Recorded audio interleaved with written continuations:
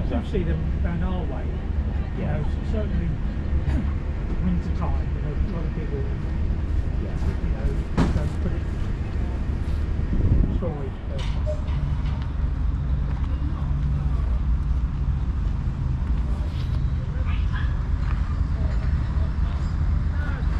and I'll go and have some hunt for it.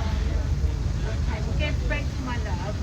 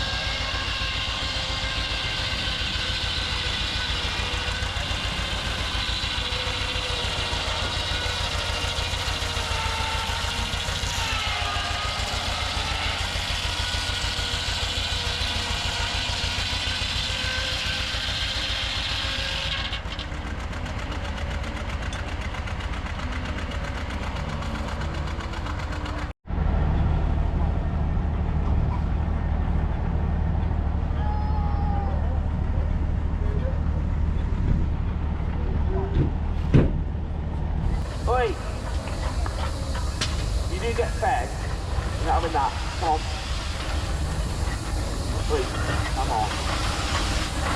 Hey.